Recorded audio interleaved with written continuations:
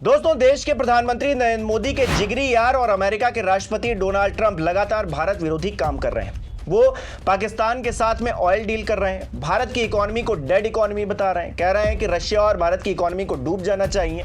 यहां तक कि भारत पर 25% टैरिफ तक उन्होंने इंपोज कर दिया है और प्रधानमंत्री नरेंद्र मोदी खामोशी की चादर ओढ़े बैठे हैं। विपक्ष के तमाम नेता हैं जो सवाल उठा रहे हैं, कह रहे हैं कि प्रधानमंत्री कब अपने दोस्त के बारे में कुछ दो शब्द कहेंगे, कब वो ये जो दोस्ती भारत पर भारी पड़ रही है उसको लेकर कोई स्टेप उठाएंगे।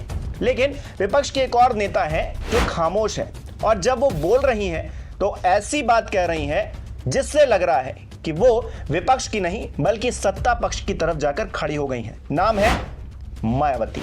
नमस्कार, मेरा नाम हिमांशु मिश्रा है, आप देख रहे हैं 4 PM न्यूज नेटवर्क। दोस्तों, पिछले एक दशक से मायावती जी ने कोई ऐसा काम नहीं किया है जिससे लगे कि वो अपने वोट बैंक के लिए, उसको आगे लाने के लिए, क्योंकि वो दलितों की बात करती हैं, पिछड़ों की बात करती हैं, उसके लिए कोई बहुत बड़ा काम किया है विपक्ष में रहते हुए। सत्ता पक्ष में रहते जो उन्होंने किया सो किया, लेकिन अब वो लग रहा है कि कुछ डरी हुई सी हैं और वो डर उनको प्रधानमंत्री नरेंद्र मोदी के खिलाफ बोलने से रोक रहा है। जहां तक की बात देश की आ रही है वहां भी वो सत्ता पक्ष के खेमे में जाकर खड़ी हुई नजर आ रही हैं। डोनाल्ड ट्रंप जिस तरह से 25% टैरिफ लागू कर रहे हैं, जिस तरह से वो भारत की इकोनॉमी को डेड इकोनॉमी बता रहे हैं, जिस तरह से वो पाकिस्तान के साथ में डील कर रहे हैं, इन सब परिस्थितियों को देखने के बावजूद भी मायावती जी ये ट्वीट कर रही हैं। लिखा है, मित्र देश बताने के बावजूद अमेरिकी राष्ट्रपति श्री डोनाल्ड ट्रंप द्वारा भारतीय आयात पर कल दिनांक 1 अगस्त से 25% शुल्क तथा रूस से तेल आयात करने पर पेनाल्टी लगाने की भी नई उभरी चुनौती को केंद्र सरकार इसे अवसर एवं आत्मनिर्भरता में बदलकर देश की अर्थव्यवस्था को प्रभावित होने नहीं देगी तथा इसको लेकर देश को दिए गए इस आश्वासन पर कि किसान, छोटे व मझोले उद्योग और राष्ट्रहित में कोई समझौता नहीं करेगी, इस पर सरकार खरी उतरकर दिखाएगी भी, ऐसी देश को आशा है। ये बात विपक्ष का एक नेता कह रहा है। दोस्तों, आप समझ रहे हैं, विपक्ष की नेता है मायावती जी। हालांकि उनकी राजनीति जिस तरह से हाशिए पर जा रही है, शायद यही वजह है। इसी तरीके के बयान, इसी तरीके का समर्थन सत्ता पक्ष को वो करती आई हैं और जनता उनको लगातार जवाब दे रही है। बताइए, जहां सवाल पूछना चाहिए सत्ता से वहां आशाएं जताई जा रही हैं और आशाएं जताना कोई गलत बात नहीं है। हम भी प्रधानमंत्री नरेंद्र मोदी से, भारतीय जनता पार्टी से अपेक्षा रखते हैं, ये उम्मीद रखते हैं, ये आशा रखते हैं कि वो देश को आगे लेकर जाएंगे, देश की उन्नति में अपना जो योगदान है उसको और बढ़ाएंगे। देश हर दिन नए आयाम गढ़ेगा, लेकिन ये कैसा आयाम है?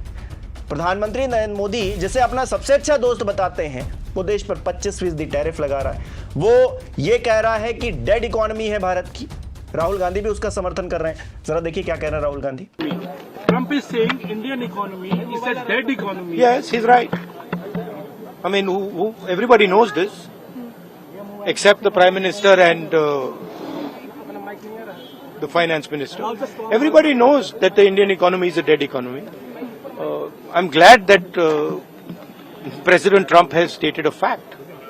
What more do you, why are you asking this question? लेकिन 25% टैरिफ लगाया प्लस पेनाल्टी भी लगा दी। It is a dead economy. Are you people not aware of this? आपको ये मालूम नहीं है कि इंडियन इकोनॉमी डेड इकोनॉमी है? कोई कंफ्यूजन है आप में? पूरी दुनिया जानती है कि Indian economy is a dead economy और बीजेपी ने इकोनॉमी को खत्म कर दिया है। क्यों खत्म किया है? अदानी जी की मदद करने के लिए खत्म किया है। तो आप लोग हैरान क्यों लग रहे हो? खैर, राहुल गांधी विपक्ष के नेता हैं, वो अपनी भूमिका को बखूबी निभा रहे हैं। उनको सवाल उठाना चाहिए और वो लगातार उठा भी रहे हैं, लेकिन मायावती जी क्या सवाल उठा पा रही हैं? उनके ट्वीट में आगे क्या है, जरा वो भी पढ़िए। बहन जी लिख रही हैं आगे, भारत दुनिया की सबसे बड़ी जनसंख्या वाला, अधिकतर गरीबों और मेहनतकश लोगों का देश है, जिसे हर हाथ को काम देने वाली श्रम शक्ति के बल पर देश को आगे बढ़ाने की नीति बनाकर उस पर सही से अमल किया जाए तो देश निश्चित ही आत्मनिर्भरता के साथ साथ सर्वजन हिताय व सर्वजन सुखाय वाला सुखी व संपन्न देश बन सकता है, जिसमें ही संविधान के मानवतावादी एवं कल्याणकारी उद्देश्य के हिसाब से जन व देश हित पूरी तरीके से निहित है व ये सुरक्षित भी रह सकता है। देखिए, मायावती जी उम्मीद जता रही हैं, इस बात में कोई गलत बात नहीं है, लेकिन वो सत्ता पक्ष को बचा रही हैं ये अपने आप में बड़ी ही दुखद परिस्थिति है दोस्तों। मायावती जी का जो रुतबा है राजनीतिक तौर पर वो कोई कम नहीं है दोस्तों। बावजूद इसके अगर वो डर में है कि कोई फाइल खुल जाएगी, वो जेल चली जाएंगी, इस बात के डर से, मैं ये दावे के साथ नहीं कह रहा हूं, ऐसा राजनीतिक पंडित कहते हैं दोस्तों, और ऐसा व्यवहार भी कह रहा है। जिस तरह से मायावती जी सत्ता पक्ष के करीब अपने आप को दिखाने बताने की कोशिश करती रहती हैं गाए बगाए, जिस तरह से विपक्ष सवाल उठा रहा है उस तरह से सवाल नहीं उठाती हैं, तो फिर ये शक होना लाजमी भी है दोस्तों। तो मायावती जी जिस तरह की राजनीति कर रही हैं उसमें वो सत्ता पक्ष को बचाने के लिए, सत्ता पक्ष के साथ में खड़े होने के लिए अगर कर रही हैं तो फिर उनकी सियासत का भगवान ही मालिक है।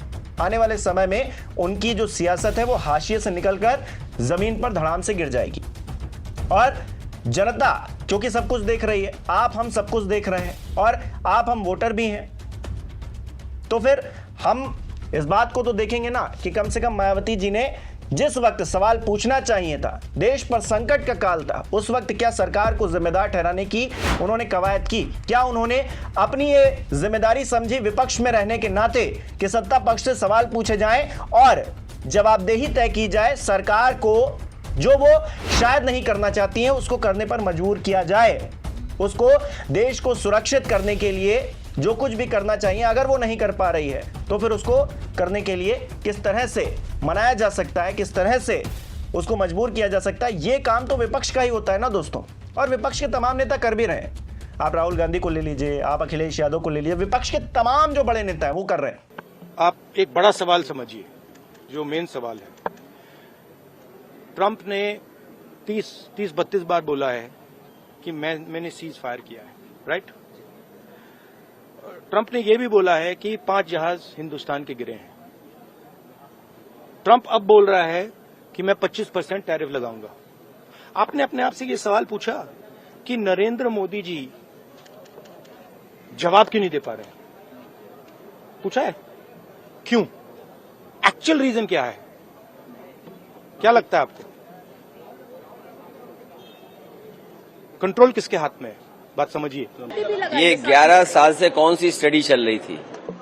आप सोचिए, 11 साल से क्या स्टडी चल रही थी कि आज अमेरिका के राष्ट्रपति को कैसे शब्दों में भारतीय जनता पार्टी की सरकार में किन शब्दों से भारत को कहना पड़ा उन्हें। उन्होंने कहा भारत के भी अपने कानूनों के बारे में क्या कहा उन्होंने। सोचिए आप कि जो सरकार लगातार पिछले 11 वर्षों से दोस्ती के बाद दोस्ती, और कितनी दोस्ती बढ़ाई कि आज हमें क्या दिन देखने को पड़ रहे हैं। ये शुरुआत है बुरे दिनों की, क्योंकि इस देश के नौजवानों को नौकरी चाहिए, रोजगार चाहिए। अर्थव्यवस्था बेहतर होगी तो रोजगार, नौकरियां मिलेंगी। अगर इस तरह की पाबंदियां लगेंगी, इस तरह की रुकावटें होंगी तो हमारे देश की अर्थव्यवस्था का क्या होगा। मायावती जी क्या कर रही? आशा जता रही। वो कह रही हैं कि हमारे पास ये आपदा में अवसर का वक्त है। आपदा में अवसर का वक्त तो है, ठीक है, हम मान लेते हैं आपदा आई तो हम अब कुछ ना कुछ कर लेंगे। लेकिन आपने क्या किया मायावती जी, ये बात देश नहीं भूलेगा। आप जो ट्वीट करके कह रही हैं उस बात से लग रहा है कि आप सत्ता पक्ष को बचाने की कोशिश कर रही हैं, और ट्रंप साहब लगातार भारत विरोधी बयान भी दे रहे हैं, लगातार काम भी कर रहे हैं, और भारत को इसका खामियाजा भी भुगतना पड़ रहा है। बावजूद इसके आप किस तरफ खड़ी हैं ये पूरा देश देख रहा है। आपको क्या लगता है दोस्तों इस पूरी खबर पर? मुझे कमेंट करके जरूर बताइए। साथ ही साथ इस वीडियो को लाइक कीजिए, शेयर कीजिए, और हमारे चैनल को सब्सक्राइब नहीं किया है तो वो भी कीजिए। धन्यवाद।